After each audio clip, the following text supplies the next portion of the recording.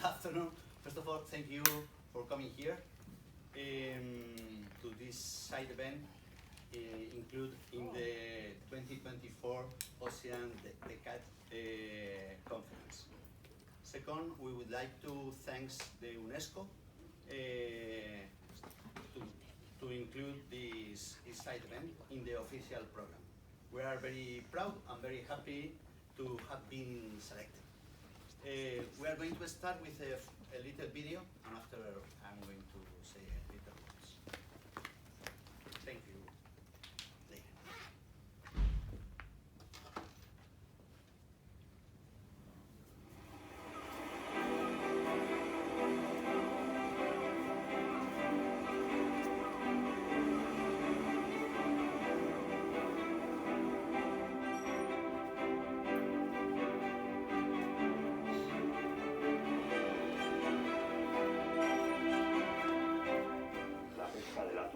Hace de Bermeo un lugar central, incluso diría yo a nivel mundial.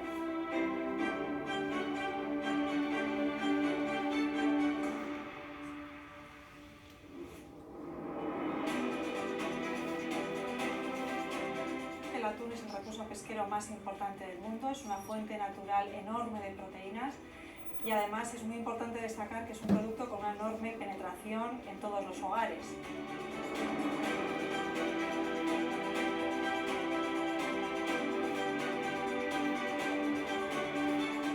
La responsabilidad social corporativa va en nuestro ADN y en Echebastar tenemos claro que parte de nuestro éxito viene de compartir y poner a disposición de la comunidad las habilidades, conocimientos y recursos de que disponemos. Somos una empresa con raíces en la comarca y comprometida con su futuro. Y la asociación Bermeo Tuna World Capital es pasado, presente y futuro de Bermeo.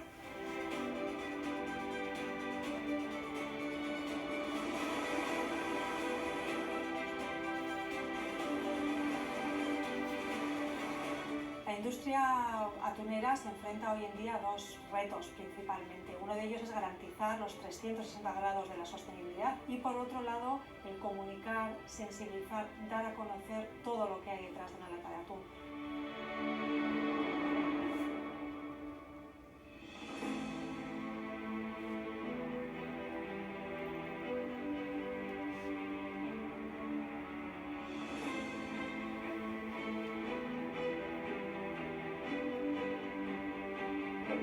World Capital integra iniciativas encaminadas hacia la sostenibilidad de la pesca del atún a nivel mundial. Necesitamos seguir siendo empresas que generen beneficio económico para seguir invirtiendo y seguir generando riqueza y prosperidad, pero esto solamente va a ser posible si demostramos que otra forma de hacer negocios es posible y este es el marco que nos proporciona Bermeo Tuna World Capital a todos sus socios. En Albacora formamos parte de Bermeo Tuna World Capital porque apostamos por una pesca comprometida en lo social, en lo económico y en lo medioambiental. Es por ello que somos uno de los socios fundadores de esta importante asociación.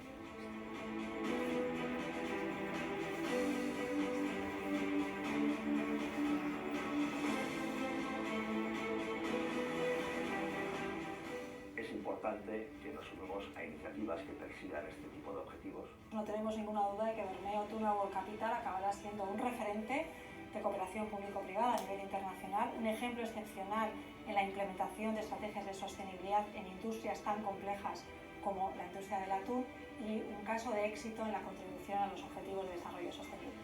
Y la capitalidad mundial del atún es un ejercicio de puesta en valor de lo que somos y sobre todo un ejercicio de responsabilidad para con el futuro del recurso y el sector. Un ejemplo mundial de trabajo conjunto por la sostenibilidad.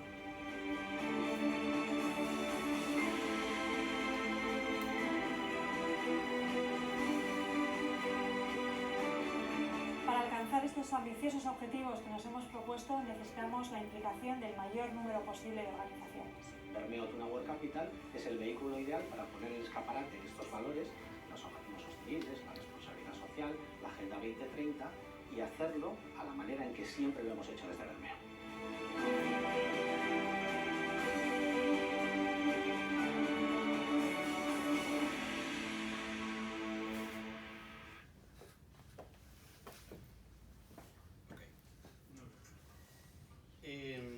Welcome to this side event.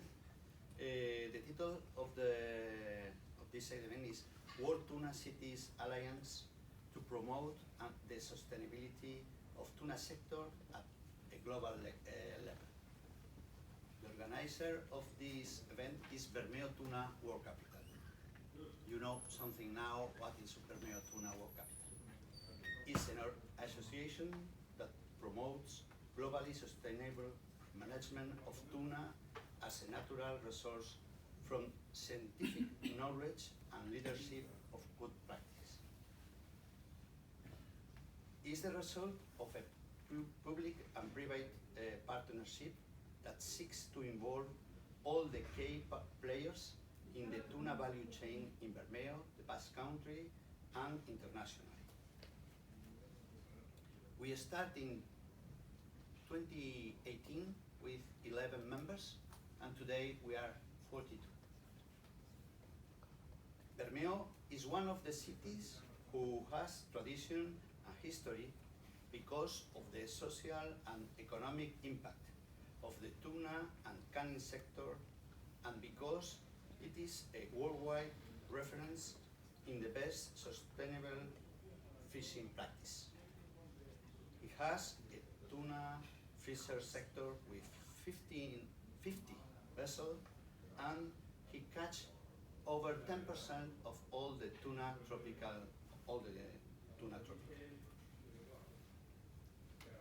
We know that fishing activity is essential to ensure food for growing world population. Today, fish and fishery products are an important source of nutrients that contribute to a balanced and healthy diet and represent a great economic value. Among the different fish species, tuna fish stand out for their presence in all the world's oceans.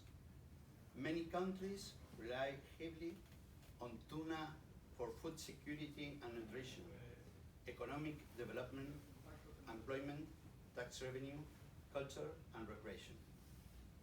But with the current 5.3 million tons of annual catches, we will be fishing at 86% of the maximum sustainability yield.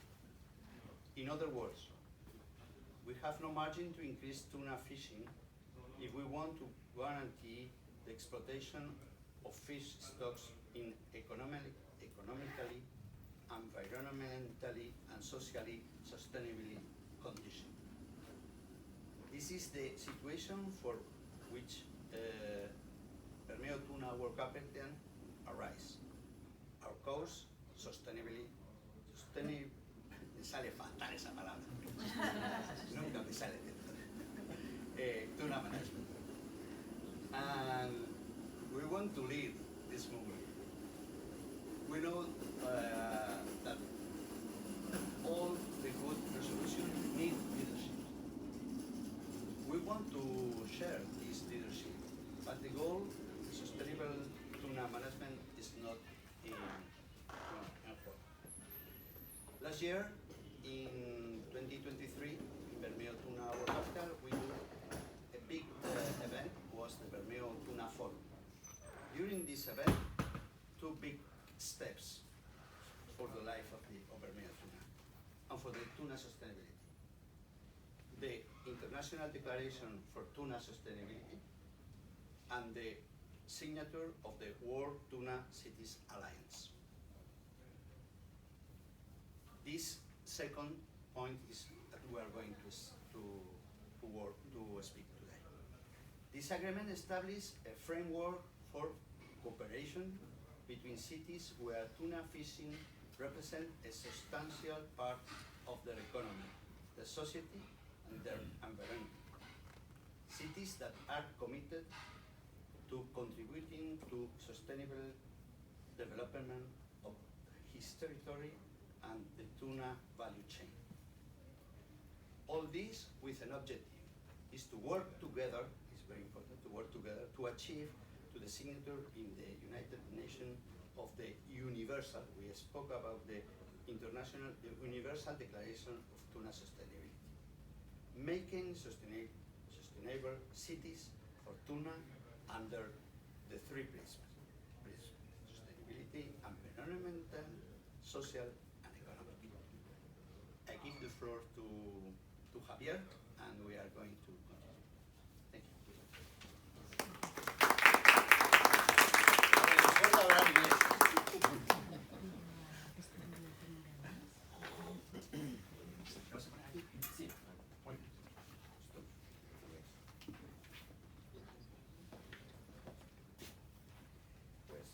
Muchísimas gracias, Ignacio.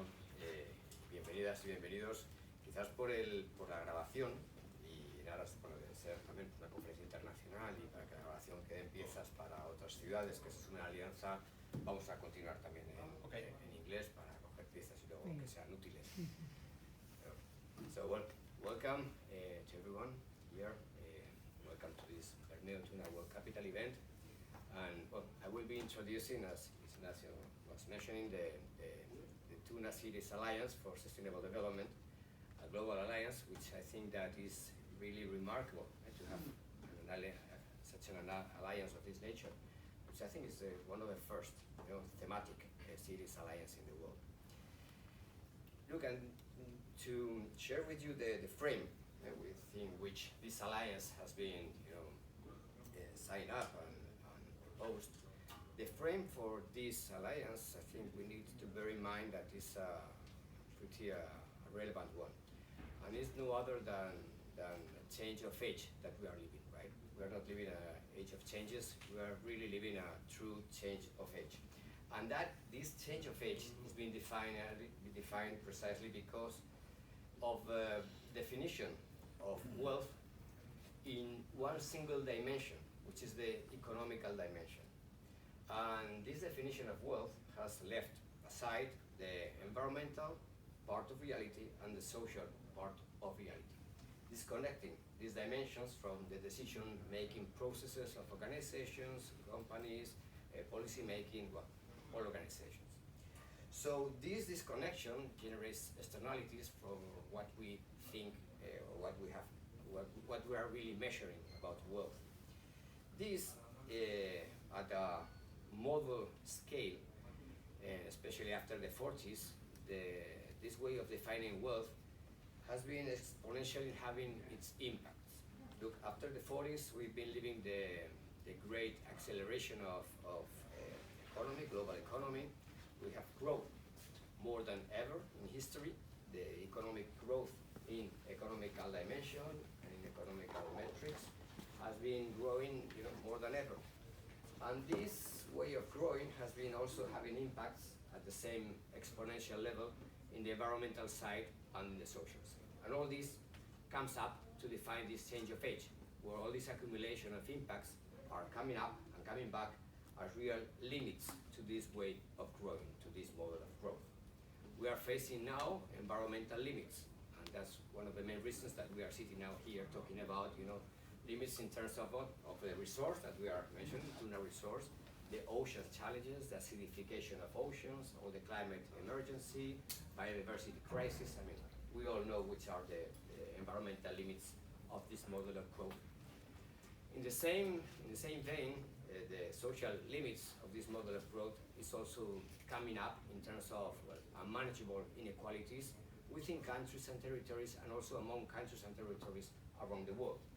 This is creating a third limit, which is not so spoken of, which is the financial also limits of this model of growth. There's no stability in the environmental, in the economic financial system. There's not enough stability, there's not enough certainty. There is a lack of long-term, mid and long-term portfolios, and this is creating also limits in the way that the financial sector is starting to approach their investments. Financial world needs stability, needs long-term certainty. And they're starting to ask, okay, in all of their investments requirements, they're starting to talk about what they call ESG aspects in terms of valuing their investments. They're talking and asking to the assets about their environmental impacts, they're talking about their social impacts, and they're asking for companies and financial assets how they're going to govern these social and environmental impacts. So sustainability is also, the limits of sustainability is also affecting the financial sector. All these limits are, creating a new environment, new challenges. And this is how the 2030 agenda and the SDGs came up, to come up with an agreement among not only countries, but also the business sector, the financial sector, governments not only at the national level, subnational level, cities, territories, coming up to discuss over 3 years which is going to be the agenda, which was going to be the agenda for the next 15 years. And that's how they came up with this 2030 agenda and the sustainable development goals. So we have an agenda to transition from a short-term oriented linear model of growth into a long-term model of sustainable development. The value of this agenda is that it comes up with trust. The companies, the business sector, the public policies, civil society, academic sector, all of them are involved to start creating the conditions to transition into the long term and create stability and certainty and trust in the way that we deliver results for people. So this is the frame where this global alliance of cities, tuna cities for sustainable development, has come up, is arising. And as Ignacio was mentioning, it's involving many stakeholders, not only the governments of cities, but involving industry, involving business sector, involving academic institutions, and involving civil society organizations. All these stakeholders are coming up to start creating this transition from the short-term linear of way that we govern territories into a long-term oriented way of how we deliver for people and for the environment and for the society, our plans and our long-term roadmaps. And so that is the challenge that the cities that sign up for the Global Alliance of Tuna Cities for Sustainable Development assume, in the Bermeo Tuna Forum in last May. And we are going to talk about in this session specifically about how are we starting to deliver, on this commitment.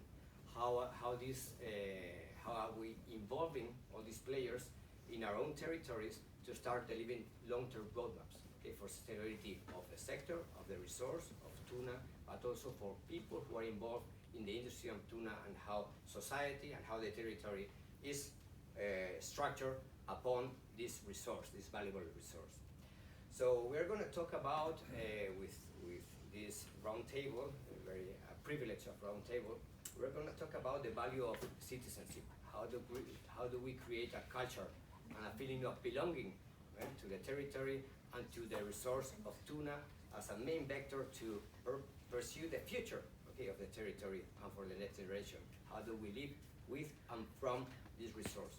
That entails creating a culture, entails creating a feeling of belonging, taking care of the resource, and using this resource for the long-term plans of our new generations.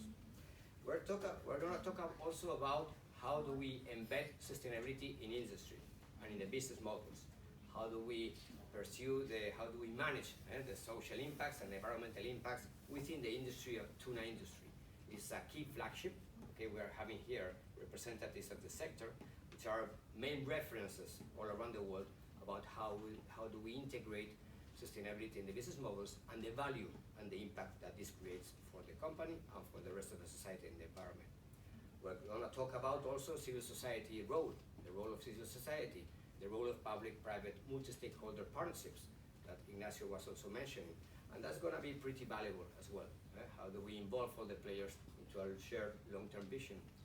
We're going to talk about collaboration and how do we embed technologies, how do we embed shared data, how do we embed multidisciplinary visions to share long-term purpose. And we're going to talk about also the value of collaboration to attract mid and long-term investment, sustainable investment. All this ecosystem of the financial sector who needs stability in the long term, and this stability in the long term is going to be created by collaboration. So, and shared visions.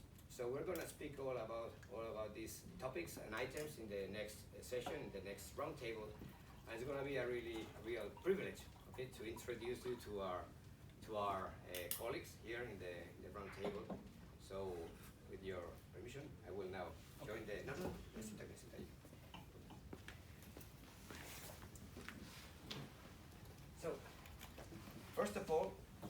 have the privilege to start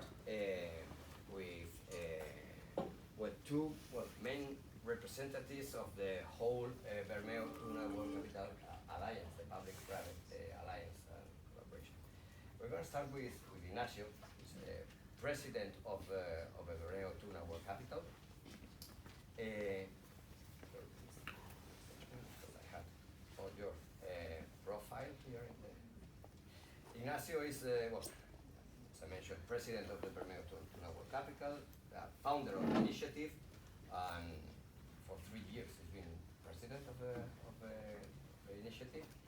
He's also a director of family company, Hijos de José Serrats, for 24 years. 5th generation of this industry, so that is a key for sustainability itself, right? This company is meant to be a reference in the tuna cannery industry. It has in the DNA sustainability and innovation in this family business, and their canned products maintain the history and tradition of things well done, following a careful artisan process learned and improved over 5 generations, as I mentioned. By training, Ignacio is an industrial engineer in the branch of organization. And Ignacio, I'm gonna ask you, start asking you about how this initiative, this public-private collaboration initiative, and Bermeo Tuna World Capital, has an impact on the sustainable management of oceans in general and specific of tuna resource. How is the impact of this initiative? I didn't envision it. Yes, this initiative is important. Why? Because we focus in tuna sustainability. And here I was the president of Bermeo Tuna World Capital. Here I am the director of a cannery.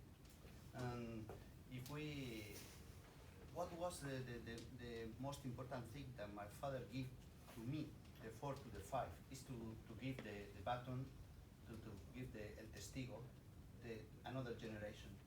And that is very important. If I am thinking to give the baton to the 6th generation, I must, when I started 24 years ago, I put my, what is los problemas, los... Pasamos a castellano. Bueno, ¿cuáles eran mis riesgos? ¿No? Los riesgos eran que desapareciera el bonito del norte, del cual nosotros fundamentalmente vivimos. Si ese era el riesgo, entonces no se hablaba de sostenibilidad. En el año 2000 no se hablaba apenas. Nosotros en 2005-2007 ya vendimos conservas con el sello MSC a Dinamarca, que era bastante novedoso. Entonces,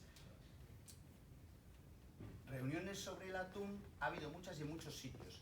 Y en esas reuniones, en esa época, cuando hablaban del atún, la sostenibilidad quedaba totalmente al margen, no se hablaba de nada.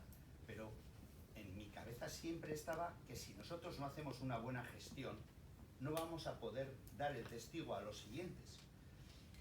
Nosotros en el Cantábrico tuvimos no con el atún, con la anchoa, tuvimos la pesquería se fue al garete, estuvo unos años sin pescar y ha vuelto a resurgir. Los pescadores, apoyados, yo digo, Conservas Serrats sí que hizo un trabajo importante de empujar al sector pesquero, que era muy bueno trabajar por la sostenibilidad. Y los pescadores, apoyados por los gobiernos, por el gobierno vasco, fundamentalmente empujaron y se certificaron como un MSC. Y llevamos, yo no sé dónde está la madera aquí, pero llevamos unos cuantos años ya con unas buenas pesquerías del bonito del norte, que luego Julio nos hablará más del atún, ¿no? Pero en el caso, y estamos respetando, yo creo que nunca se había parado la pesquería porque ya habíamos llegado a la cuota. Eso en la mentalidad de un pescador o de un cazador es bastante difícil de que lo entienda, porque el cazador y el pescador cuando hay, coge, y no piensa que tenemos que dejar para los demás, ¿no? Bueno, yo creo que, si no me voy a estar toda la hora hablando. No, es una excelente entrada para el topic, y además, es que es interesantísimo saber también los previos, ¿no? El histórico, ¿no? De por qué surge esta idea, por qué impulsáis centralmente esta idea, porque eres presidente y fundador, ¿no? de la misma. Julio Julio Morón. I'm gonna share in English for the sake of... y luego podemos hablar en castellano como estéis más cómodos también. Julio Morón holds a PhD in biological sciences. He started his career as an observer on board fishing vessels in the South and Central Atlantic Ocean, then worked for the Food and Agriculture Organization of the United Nations, FAO, in Sri Lanka, and later for the International Employment Organization in Seychelles. Okay. He is managing director of the Organization of Associated Producers of Large-Scale Freezer Tuna Vessels, of AGAC, and he's also currently president of the Spanish Fisheries Confederation, CEPESCA, and corresponding member of the Royal Academy of the Sea. Bienvenido, Julio, y te hago la misma, también como parte de los virtuosamente culpables, ¿no? de montar esta idea de colaborativa con una iniciativa como público-privada, como el Bermeo Tuna World Capital. ¿Cómo ves, efectivamente, el impacto que puede tener una iniciativa de estas características en la gestión sostenible de los océanos en general y en particular del recurso pesquero del atún? Bueno, hablo en inglés por el tema del medio. Well, the creation of Bermeo World Tuna Capital is based on the nature of the biology of tunas, that is highly migratory fish, is fish around the world, and the idea of having a fleet that is based in Bermeo, that actually back in the 60s there was a big fleet on pollen line fishing for tunas in the Atlantic Ocean that drive the operations down to the coast of Africa, and after it was developed by the Purseine. And the Bermeo fishermen, they were so brave that they started fishing all around the world. So by the 60s, they were established in Senegal, Abidjan in Africa. Then back in the 70s, they moved to Ecuador, where some fleets still operating. And then by the 90s, mid-80s, last century, they moved to the Indian Ocean.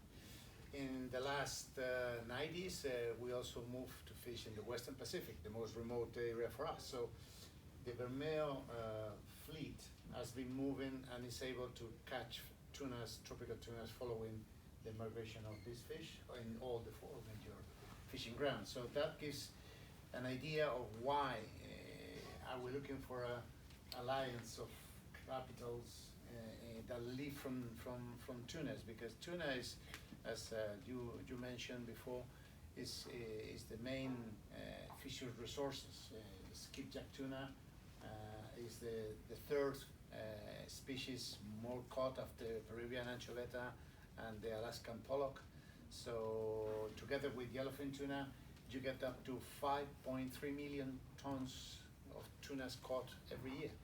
And you have those populations well managed through the different regional fisheries management organizations. So we have 87% of that production is managed in a sustainable way.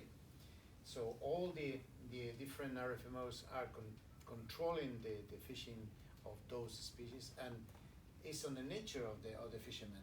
I always mention that the nature of the Bermeo fishermen as driving this industry to the large scale where we are now, because they are, first of all, they are brave people that go out and find for fish. They try to do it in the best social conditions, because this is one of the major challenges. So the Spanish fishing sector is a large one, and to have a good crew, you need to pay them well. So that has been on the nature of the core nature of the fundamental nature of the Bermeo fishermen, and the ship owners of Bermeo have been always considering the social aspect, the fundamental one. Then together with that, you have to work for a sustainable, environmental sustainable use of their resources. So because we live on that, and we invest a lot of money on one Purseine vessel. The Purseine vessel costs more or less 30 million euros. It's going to last for 50 years. So it's going to fish a lot of tunas, but it needs to drive the fishery in a sustainable way, because we live from the golden goose, and we have to maintain it.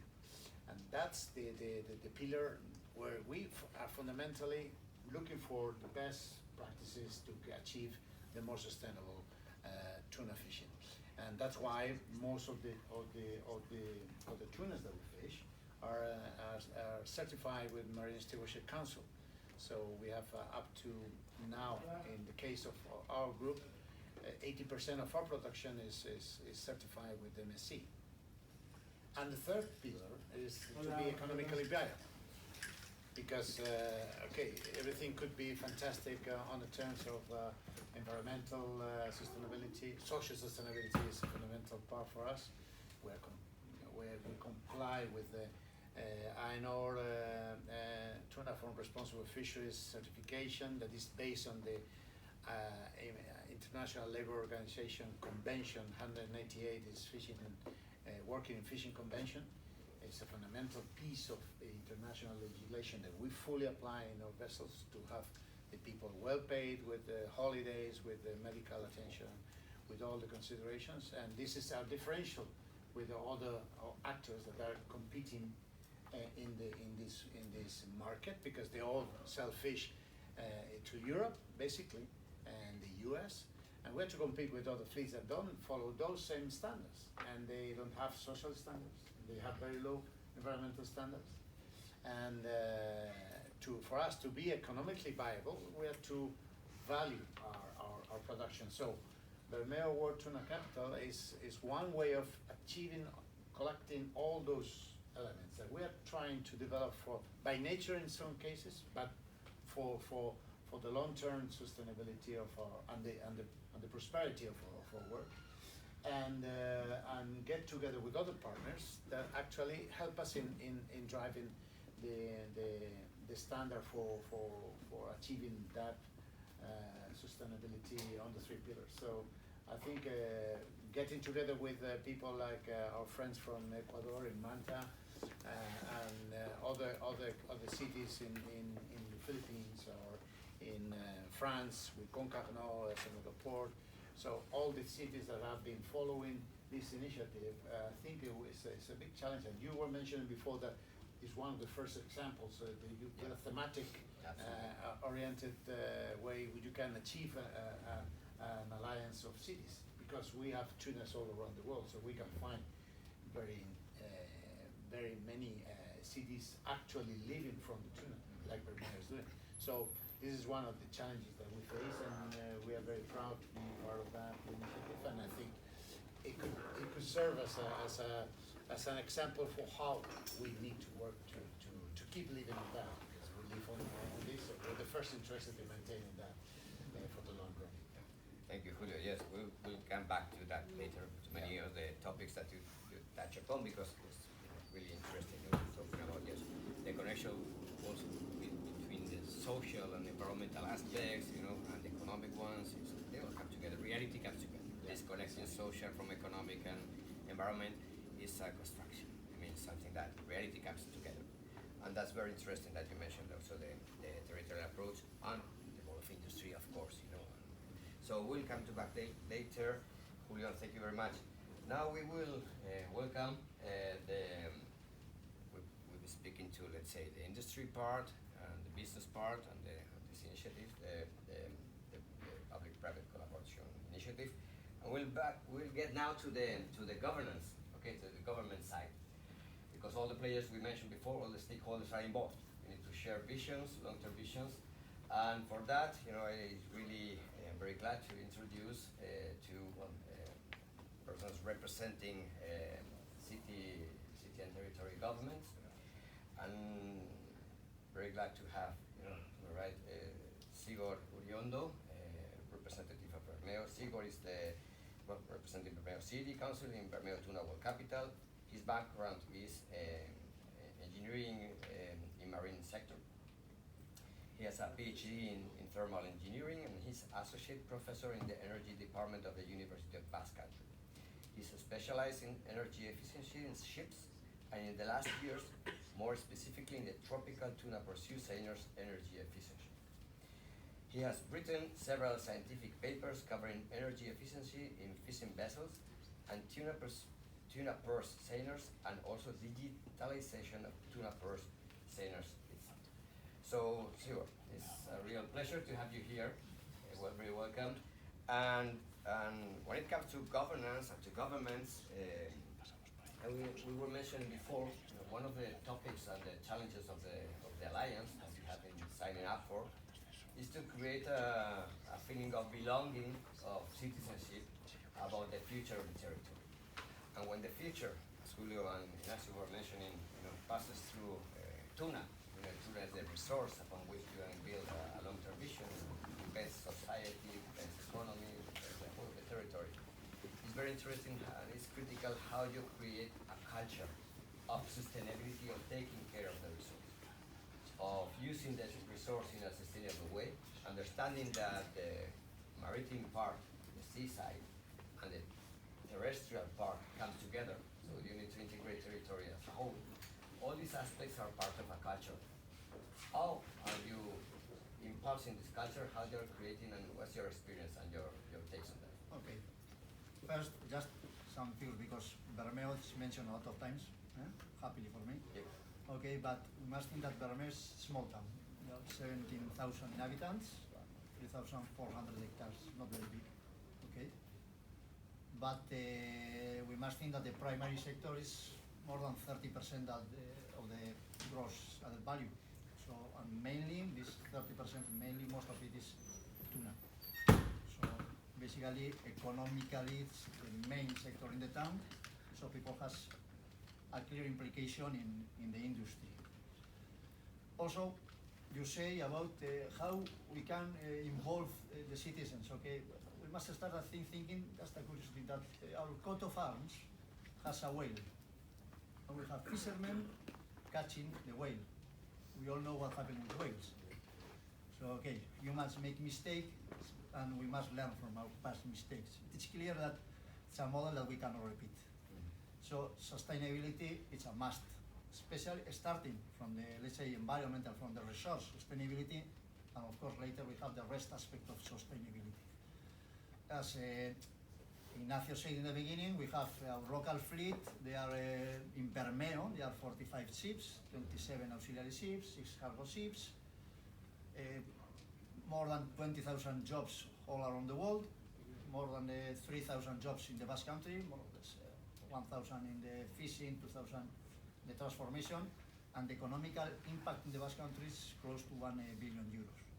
So I mean, to show to people that economically is important is not complicated. And then what we must go is to show to past experience. Example of the whale is just a curiosity, but we have the example of the anchovy. The anchovy in our town, the local town, people experience that a good management of a resource after some time has to start generating richness, I mean, economical. So it is necessary to keep the resource. And this has helped a lot to show people. Regarding, I mean, as a town council, what we have done, okay, at the beginning of the century, I mean, as Ignacio said, the sustainability was something strange. Also, I think that Opagac and Navat, they were already working in good practice codes, and they published some things. There was also very close to our town, and when I mean very close, it's 5 kilometers, so people knows the place because they go walking there, they see it. There is a Marine Research Institute very involved in the sustainability, that is ASTI, so it's something that people basically know. And okay, it was necessary maybe to merge all these things. The industry, the canning industry, the fishing industry, and also the scientific area. And then in the 2010s, it was interesting that from the private entities and also from the town council, that the need of maybe merging all of this in one association would be very interesting to promote all this. And this, I think, as far as I remember, is how it started Bermeo Tuna World Capital, merging all these parts. It started just as an association. I mean, it has been increasing partners. There are, I think, close to 50 nowadays. In fact, the budget, I think, that is covered more by private entities than the public entities, just to understand that how they are taking part, because it is very important. This is making a lot of activities in the town together with the town council. We have, for example, a very big fish festival, let's call it. When I mean festival, involves everything. I mean from industry to festival, restaurants and everything. But it's used to promote the tuna culture. I mean, to learn to, I mean, to use, to have a good product and how to do it. And we attract more than 50,000 people to the town, so it's quite important and quite popular in the area. And also there are not only local events, but also international events. I think as far as I know, last year there was a side event in the UN Ocean Week. And also last year was on the Bermeo Tuna Forum, where the cities agreement was signed. Also it had an important impact in our town, because we had a lot of representatives from different countries. In our town it was possible to see. I mean, with 17,000 people, people can see. Also different activities like Innova Tuna is proposed, where we propose to the citizens and also in the universities and in the surroundings new ideas to make, to reduce the illegal catches and improve the condition of the people on board. We have signed also the sustainability, the Tuna Sustainability International Agreement, and we promote all this. From the town council also we have one building that we hope that someday it could be used, that was a canning industry building that has some special architecture that is considered that must be kept, and we have it there. Maybe in some days when we have enough, or the association has enough financial strength to make their tuna interpretation center, where all these things can be merged, because at the end, to make things less abstract, we must give it a physical structure, and this will help a lot. And in this work of giving a physical structure, the Tuna World Capital has already prepared some premises, just a small office at the moment, and will incorporate a permanent employees working with it, and this is something that people will see, and this will help us to promote all this.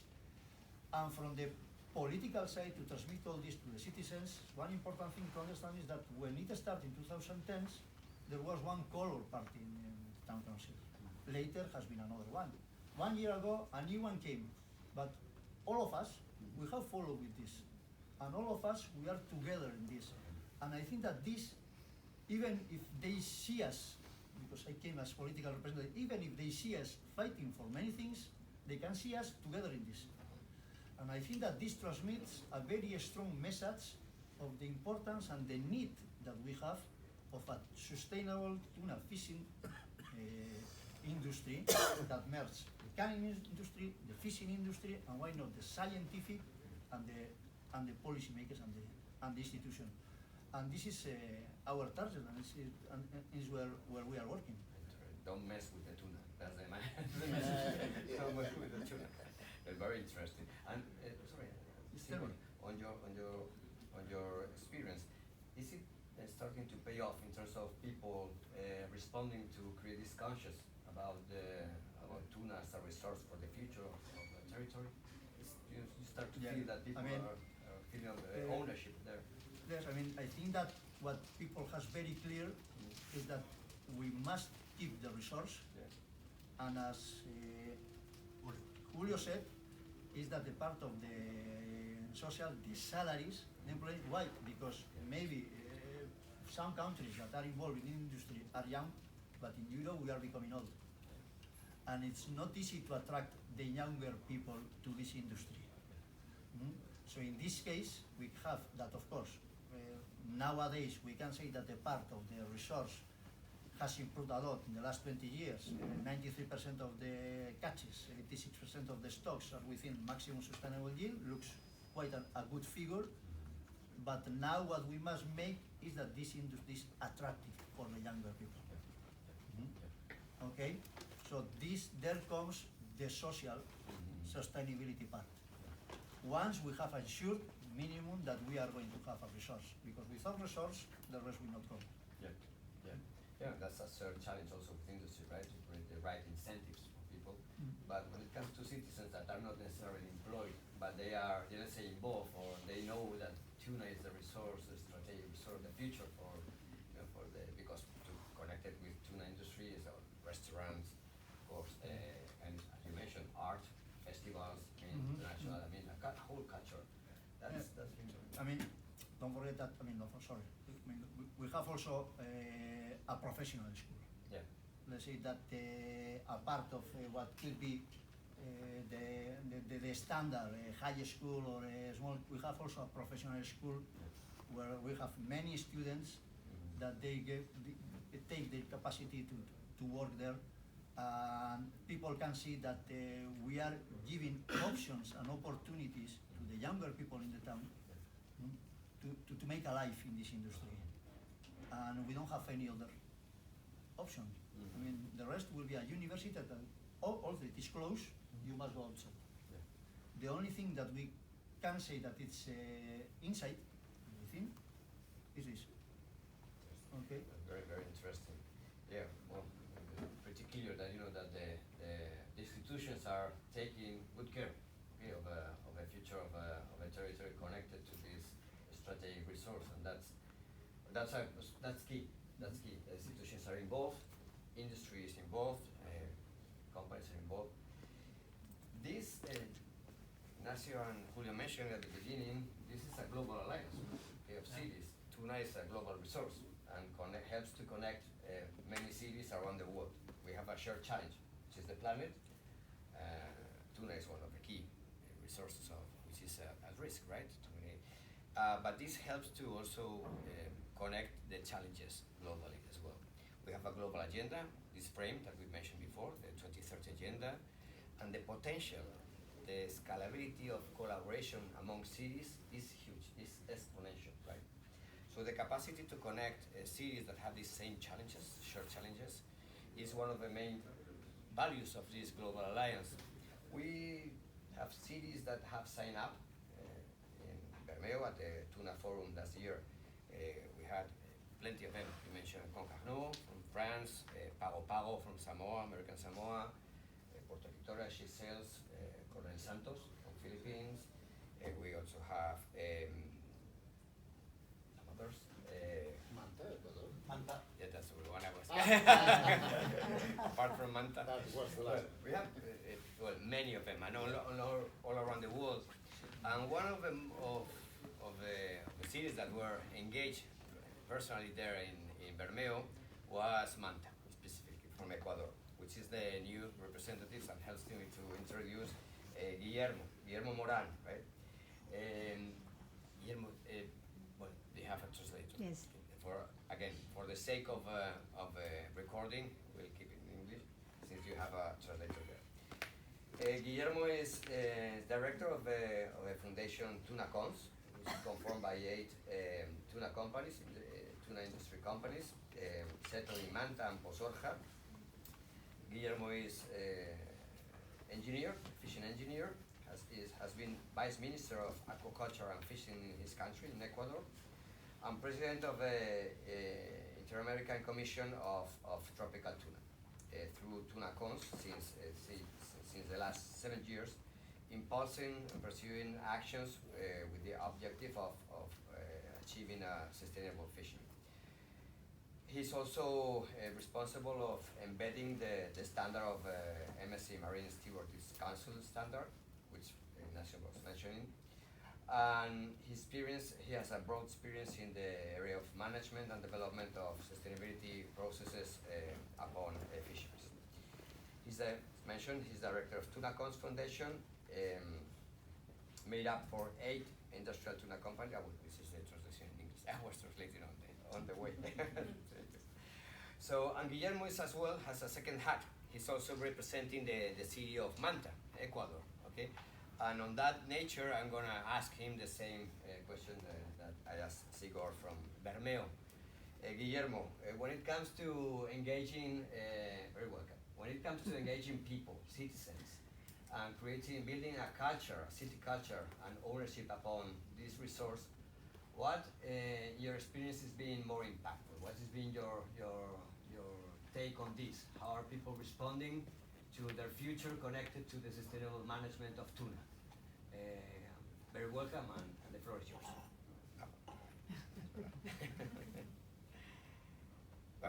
Hola, ¿cómo están? Hello, how are you? Can you listen to me? Fine, perfect. Un gusto saludarlos desde Manta, Ecuador. Okay, greetings from Manta, Ecuador. For us, it is definitely a pleasure to be able to participate at this forum of Bermeo to the world. And from Manta as a city, well, this is a very important city in the ETO region, and the experience that we have had in the development of the tuna industry in Manta has been wonderful, with many good results. Back then, 70 years ago, tuna fishing started here in Manta. Manta is a fishing city, most definitely, and it has implemented little by little a process of putting together the tuna value chain, and now it is, of course, part of the EPO. We haven't done this on our own. We've had investment from the US, Spain, many companies in Spain. People from Bermeo actually have come to Ecuador around the 60s, 70s, and they have helped us develop this industry in the country. And of course, this chain began with fishers. We always need to recognize that the fishing chain began with the fisher, the captain, the crew captain that needs to leave for several years in their professional life to actually go out and catch tuna. And from that effort that our fishers are making all around the world, and here in Manta specifically, we have a full virtuous chain which is related to the tuna industry processing plants, that nowadays are more than 20 processing plants actually in Manta and Sorja, most of them here in Manta, ports, technologies, universities, and little by little you start integrating the full production stage, production as such, and processing and commercialization, as we say here in Ecuador, over these first 50 years.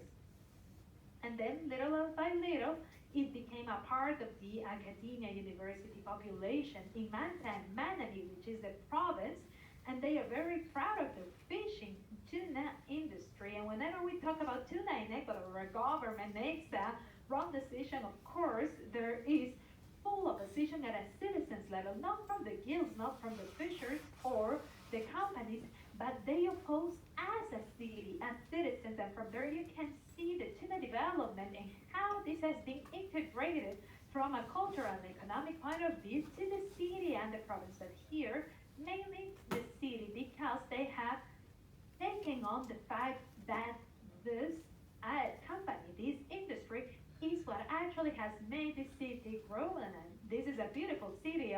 Julio has always been coming here in Ecuador. He's a good friend of our house. But anyway,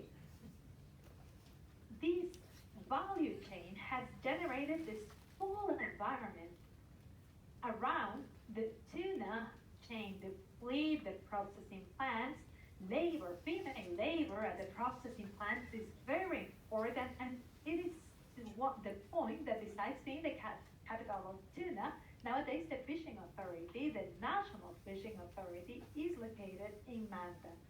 The Undersecretariat of Fishing Resources is located here in Manta. The Vice Ministry of Agriculture and Fisheries is here in Manta as well, and so this has been the main magnet for Manta to become this capital for production, commercialization, and government decision as well. Along the last years, more than 20 years actually, we've been talking a lot about fishery sustainability, and from the creation of the sustainability standards by the MSC,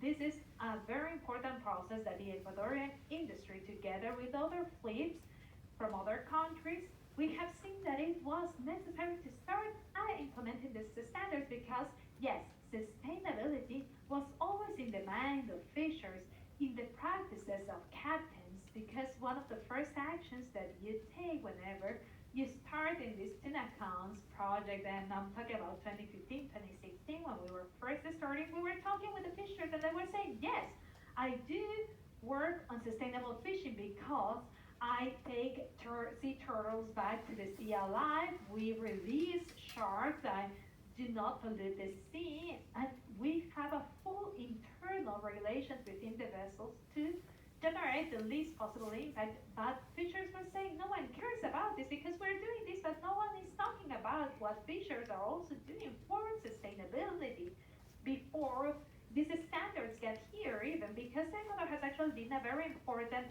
actor at the IATD